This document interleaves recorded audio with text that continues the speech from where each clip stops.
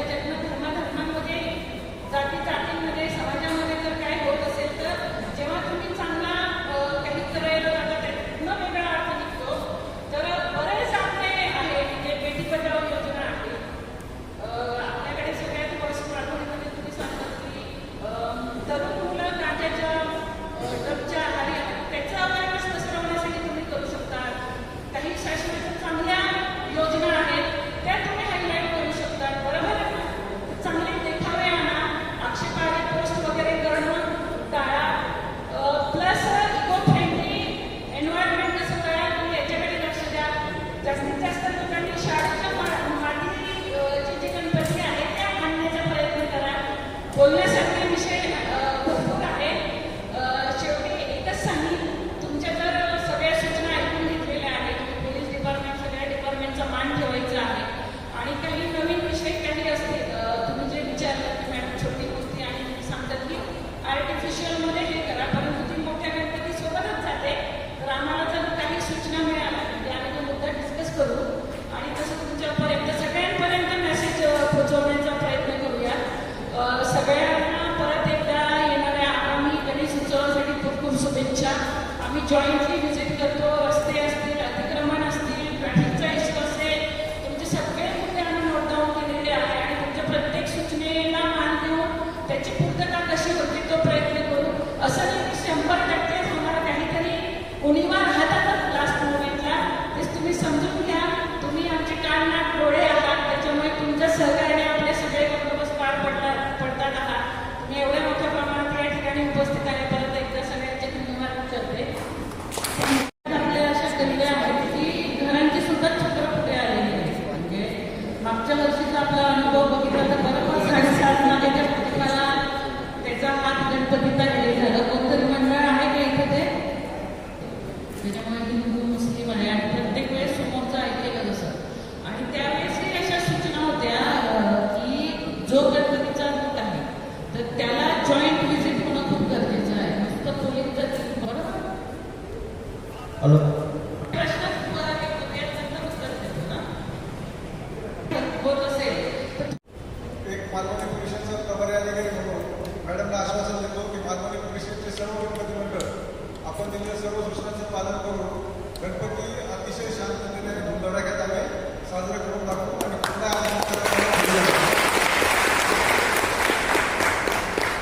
एवढं बोलून मी आजचा कार्यक्रम संपला असं मॅडमच्या वतीनं आपली आजची मीटिंग संपली असं जाहीर की ज्यावेळेस मिरवणुकी असतात लाईट लागते आणि एक मी BMCला पण सांगते की काही ठिकाणी ना ब्लॅक स्पॉट्स आहेत ज्या ठिकाणी लाईट नसते, तर ते पण जरा लाईट किंवा फोकसची व्यवस्था झाली तर खूप बरं होतं. नसला पाहिजे आणि ती गाडी फिटनेसमध्ये असावी. बऱ्याच वेळा आमचा अनुभव आहे, गाडी बंद पडते, काहीतरी गाडी डॅमेज होते, म्हणजे त्याचा टेक्निकल इश्यू होतो, तो फिटनेस नसतो त्याचा. ती गाडी बंद पडल्यामुळे मागचे सर्व गणपती अडकून जातात आणि मग ते छोटा रस्ता असेल तर ती गाडी बाजूला घेता येत नाही. ती एक हेवी व्हेहिकल असते, त्यांना साधी टोचर मॅन किंवा ती गाडी बाजूला घेता येत नाही. कुठून तरी हायड्राटेक बोलवा, मग त्याला ओढून बाजूला घ्या. यासाठी तुम्ही गाडी चांगली सुस्थितीतली मोठी गाडी असेल तर ती मिळवा आणि तीच ठेवा. गाडीच्या काचेवर आयोजकाचं नाव, त्याचा मोबाईल नंबर आणि ड्रायव्हरचं नाव आणि त्याचा मोबाईल नंबर द्या. जर त्याच्यात दोन उतरला ड्रायव्हर आणि आम्ही ड्रायव्हर शोधतोय तर आम्हाला ड्रायव्हर सापडत नाही मिळेल आणि आयोजक तर भेटेल कमीत कमी. कारण त्या गर्दीमध्ये तुमचेच लोक तुमचं ऐकत नाहीत अशी सिच्युएशन नाही व्हायला पाहिजे. जे समोर तुमचे कार्यकर्ते असतील, जे गणेश भक्त असतील, त्यांनी तुमचं ऐकलं पाहिजे. तुमच्या मंडळाचे नाहीत तर तुम्ही आम्हाला सांगा हे आमच्या मंडळाचे नाही आहेत, आपण त्यांना बाजूला करू. ते तुमच्या ऐकत नाही आणि मागच्या गणपती आठवून पडले तुम्ही रस्त्यातच होते, पुढे सरकारला तयार नाही, असं करू नका. आपण त्यावेळेस सुद्धा आपल्या तर ट्रॅफिक भयंकर जाम होतं. त्या सणाच्या काळात लोकांच्या आरोग्याला धोका असं काय करायचं. जे आपण दिवे लावतो, जे दिवे लावतो त्या दिव्यांमुळे पण अपघात झालेले आहेत. कधी मुलगी रोड येतं किंवा एखादा कुत्रा किंवा काय गाणी मांजर वगैरे येऊन दिव्याला धक्का लागतो, दिवा पडतो, आग लागतात. त्याची जबाबदारी पण आपण स्वतःवर ठेवायची.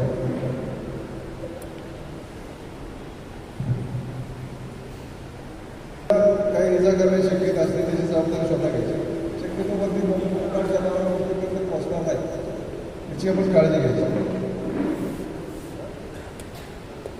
आरास देखावे करताना कोणाच्या धार्मिक भावना दुखावल्या जाते, लोकांकडे राजकीय त्याच्या बाबतीत काही एकदम विडंबनात्मक काहीतरी देखावा केला जातो. मग त्या राजकीय पार्टीचे लोक मिसळतात आणि मग तिथं काही वाद वगैरे घालत असतात. मोठमोठे इश्यू झालेले आहेत. त्यामुळे देखावे करताना कोणाचं धार्मिक, राजकीय, जातीय, सामाजिक भावना दुखावल्या जाणार नाही त्याची दक्षता घ्यायची. देखावे करताना कोणीही असा विचारही म्हणत आला का की आपण गणपती आपले खूप लोक जमलेले आहेत त्याचा फायदा घेऊन काहीतरी अराजक कृत्य करायचं असं तुमच्या हे सगळं कधी होतं की मद्यपान करून जेव्हा लोक त्या मिरवणुकीला नशा करून त्यावेळेस त्यांना जास्त असतं आणि डी जेमुळे एक जास्त होतं. डी जे वाजवला की लोक बेधुंद होतात. नशेमध्ये तर डी जे वाजवला तर लोक आणखी बेधुंद होतात. त्यामुळे ह्या दोन्ही गोष्टीवर तुमच्यावर बंधन आहे.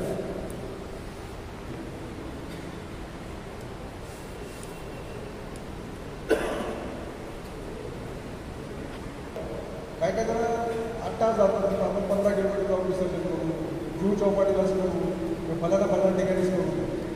ते जो तुम्हाला रूट जो ठरवून दिलेला आहे त्या रूटनीच जायचं आणि विसर्जन करायचं. विसर्जनाच्या मिरवणुकीच्या वेळेस वाहतो चालू झालं पाहिजे आणि दणक्यात साफसफाई झाली पाहिजे. प्रथम मी सर्व पोलिसांचं मी स्वागत करेन आणि त्यांचं अभिनंदन करेन की प्रत्येक वेळोवेळी मानवणीसाठी नवीन येणाऱ्या पोलिसांच्या मनात धाकधूक असते. कारण का मानवणीच्या नावाला एक कलंक लागलाय. परंतु साहेब सर्वांच्या मंडळाच्या वतीने प्रकार मंडळ करणार नाही आणि सगळ्या मंडळाचे कार्यकर्ते नक्की पालन करतील. करणार ना? कारण का आम्हाला माहिती आहे की पोलिसांना मनामध्ये धाकधूक असते. जेवढी धाकधूक आपल्याला असते त्याच्यापेक्षाही धाकधूक आम्हाला सुद्धा असते की आमचा उत्सव आहे आणि बाप्पा हा पाहुणा म्हणून आणलेला असतो. त्याला त्याच्या गावाला व्यवस्थितरित्या पाठवलं पाहिजे. मी प्रथम सर्व गणेश भक्तांना मी एक विशेष आमंत्रण देत आहोत. आमच्या मंडळाला या वर्षी 60 वर्ष पूर्ण होत आहे. माझ्याकडील सगळ्यात प्रथम मंडळ आहे माझं जे हिरक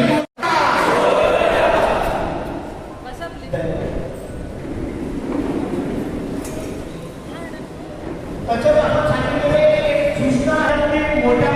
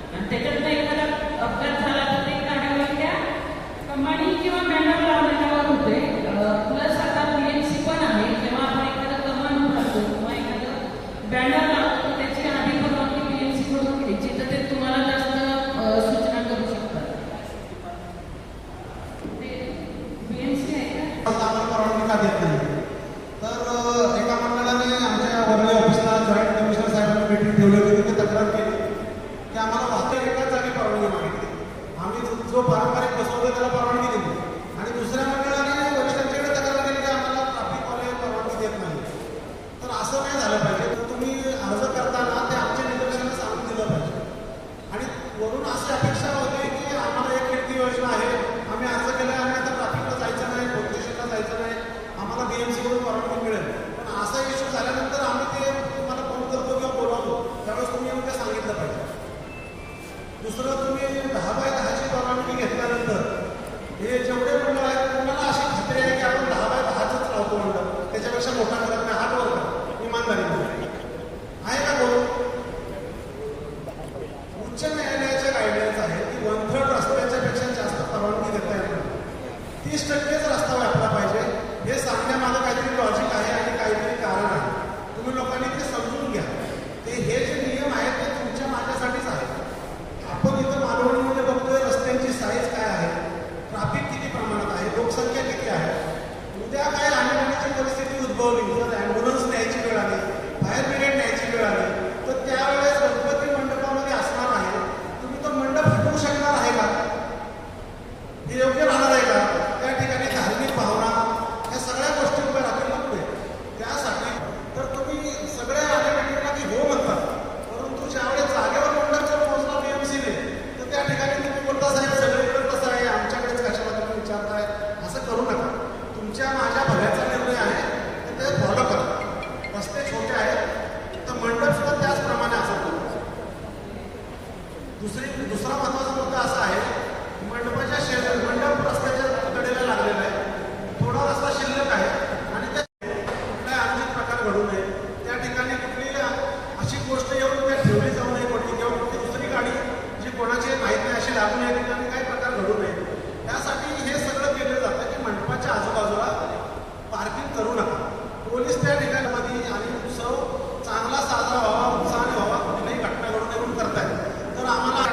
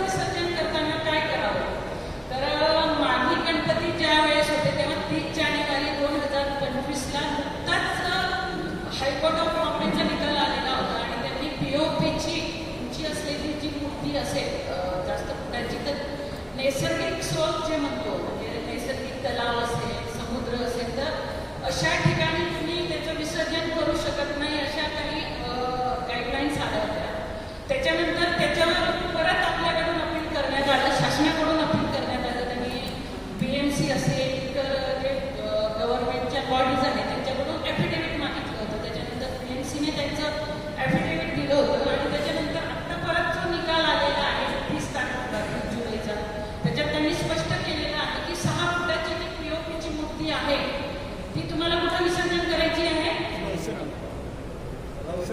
आर्टिफिशियल पॉइंटमध्ये करायची आहे. आणि 6 फुटापेक्षा ज्या मूर्त्या आहेत त्या तुम्ही नॅचरल रिसोर्समध्ये करू शकता. त्याच्यात काही नॅचरल तलाव सुद्धा येतात आणि ज्या आर्टिफिशियल पॉइंट आहेत त्या संदर्भाने BMC ज्या ज्या ठिकाणी व्यवस्था करणार आहे त्याची यादी सुद्धा देण्यात येणार आहे. प्लस त्यांनी जे मूर्तिकार आहे त्यांच्यासाठी पण सूचना केलेल्या आहे की मूर्ती बनवताना त्याच्या बॅक साईडला ऑइल कलर नाही, त्यांनी राऊंड रेड कलरचा करायचा आहे. ही पण त्यांच्यासाठी सूचना आहे. जेव्हा आपण ऑर्डर देतात मूर्तीची, जेव्हा तुम्ही घेणार त्यावेळेस याही गोष्टीचा तुम्ही लक्षात घ्यायचं आहे. जरी हायकोर्ट म्हणतं आहे की गणपती POP अलाउड आहे, तरी जी मोठी मूर्ती असते त्या मोठ्या मूर्तीमुळे आपल्याला काही गोष्टींना फेस करावं लागतं. जर मालवणी पोलीस स्टेशनची आपण हद्द बघितले, छोटे रस्ते आहेत, प्लस काही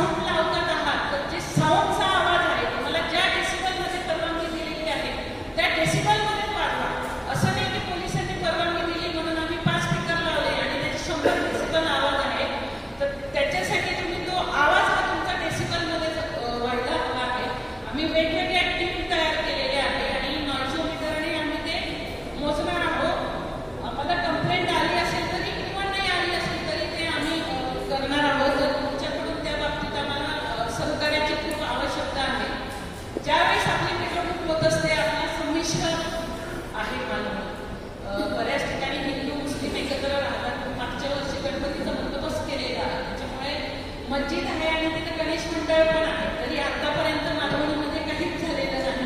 प्रत्येकाचा सण आहे, प्रत्येकाला तो साजरा करण्याचा अधिकार आहे, परंतु समोरच्या धार्मिक भावनांचा पण आपल्याला आदर करायचा आहे.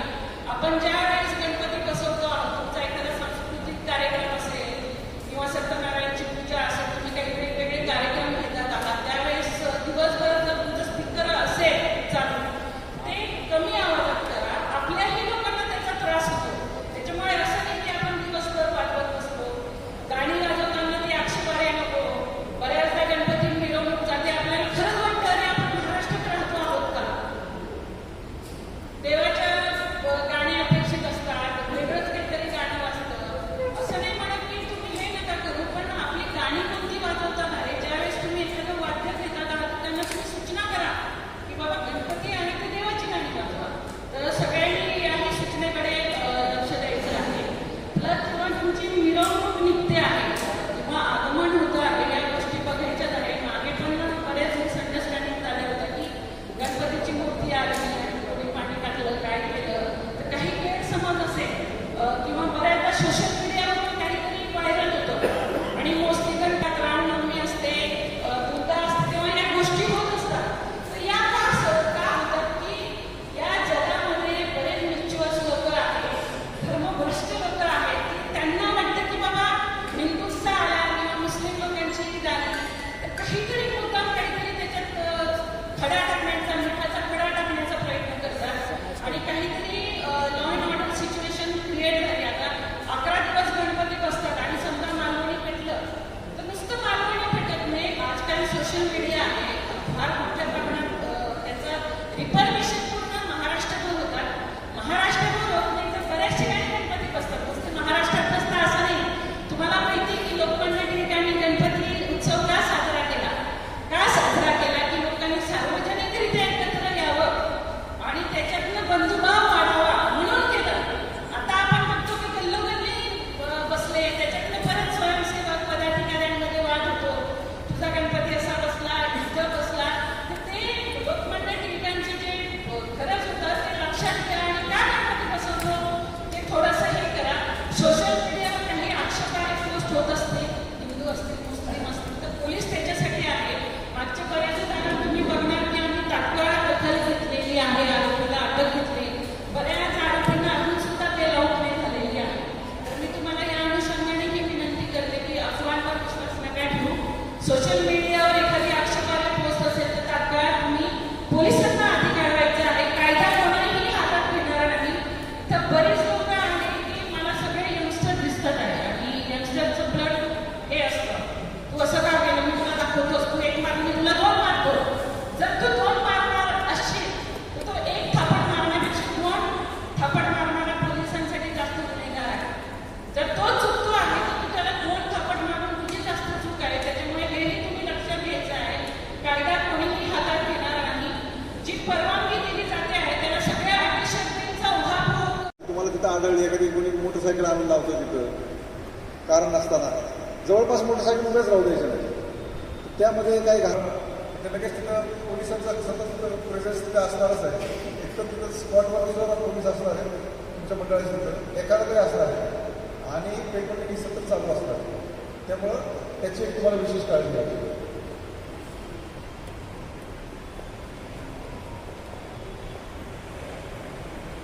मंडपाच्या आसपास पार्किंग करू द्यायचं नाही. देवाला वाहनं तिथे घेऊन थांबू द्यायचं नाही.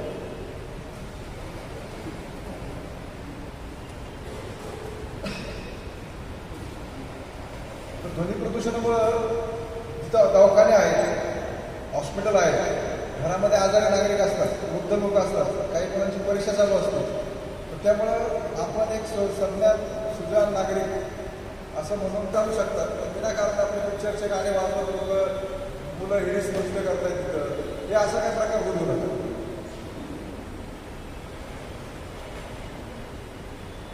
ध्वनी क्षेपक वापरताना माननीय सर्वोच्च न्यायालयाच्या आदेशाचे पालन करण्यात यावे. रात्री 10 ते सकाळी 6 वाजेपर्यंत ध्वनी क्षेपक वाजवण्यास पूर्णपणे परवानगी नाही आहे. शासनाच्या आदेशाने काही दिवसात सूट मिळते, 1 किंवा 2 दिवसांची सूट असते. तर त्यावेळेस आम्ही तुम्हाला थोडंसं कन्सिडर करतो. गुलाचा अनिर्बंध व्यापार आरोग्यास घातक असतो. मला माहिती मुलाला जो आहे तो स्वास्थ्य वाटे आत जातो आणि त्याने विचार आजार वगैरे होतात. त्यामुळं मर्याद वापर करू नका, एक लिमिटेड ठीक केली पाहिजे. आपण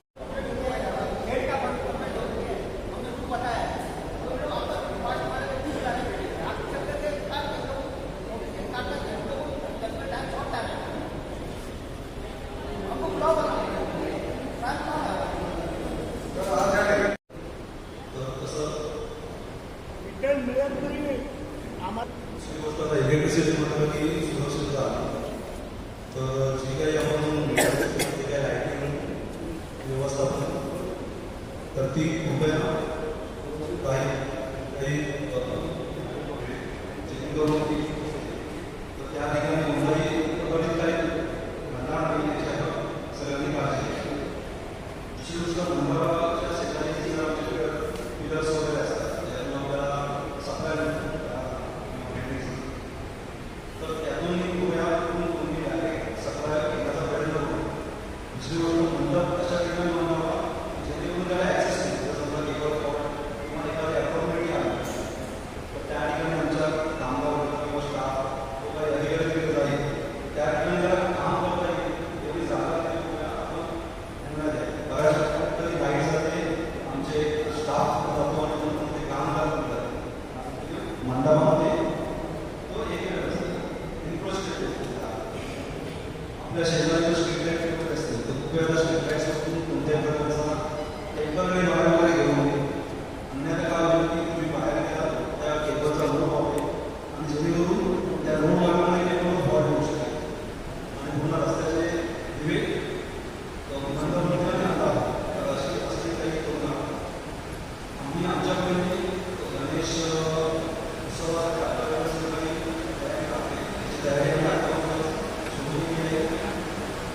की अनंत चतुर्दशीला आम्ही त्यासाठी सगळे लाईटिंगची व्यवस्था त्याच्या ठिकाणी विसर्जन होणाऱ्या कार्यक्रमांची लाईटिंगची व्यवस्था करतो. आमचा स्टाफ त्यावेळेवर असतो. आम्हाला तुमच्या सहकार्य द्यावं जेणेकरून आपण सर्व मिळून हा उत्सव चांगल्या प्रकारे साजरा करू. धन्यवाद. त्यांचे जे विषय आहेत गणपती मंडपची परवानगी रस्ता पुढे आलेले अतिक्रमण त्या अनुषंगाने आपण काय करणार आहोत त्याबाबत आपण मार्गदर्शन करणार. पहिला की साफसफाईचा एक विषय, दुसरा रस्त्यावरती खड्डे, दुसरा तिसरा की जसे की शेड वगैरे होतात काही ठिकाणी अतिक्रमण झालेलं आहे, काही ठिकाणी फेरीवाले वगैरे असा कॉमन हे 4-5 प्रश्न आहेत. तर आम्ही सोमवारी किंवा शनिवारी किंवा सोमवारला एक सिनियर साहेबांना तुमचे जे काही प्रश्न आहेत तुमच्या जे तक्रारी आहेत त्या सगळ्या आम्ही मांडू. कारण की प्रत्येक वेगळ्या डिपार्टमेंटच्या कंप्लेंट आहेत. जसं की काही ठिकाणी आता मालवणीसारख्या दाटवस्ती अँगल बाहेर आलेले बरोबर आहे. तर त्या ठिकाणी आपण ते बिल्डिंग डिपार्टमेंटला पत्र पाठवणार. जिथं समजा साफसफाईचा जसं काकांनी आत्ता विषय काढला की साफसफाईचा विषय तो SWM डिपार्टमेंट जसं की झाडू खाते आणि जसा याचा फेरीवाले वगैरे होते तर त्या इन्व्हेस्टमेंट डिपार्टमेंट जे अतिक्रमण विभाग असतो ते म्हणजे भरपूर ज्या तक्रारी तुमच्या वेगळ्या डिपार्टमेंटच्या ते त्यानुसार संयुक्तिक प्रत्येक डिपार्टमेंटला तसं पत्र पाठवण्यात येईल आणि त्यानुसार एक मीटिंग जसं आम्ही साहेबांना सांगतो की या बाबतीत सगळ्या डिपार्टमेंटची एक मीटिंग घ्यावी आणि त्याचं निरसन केलं जाईल. उद्या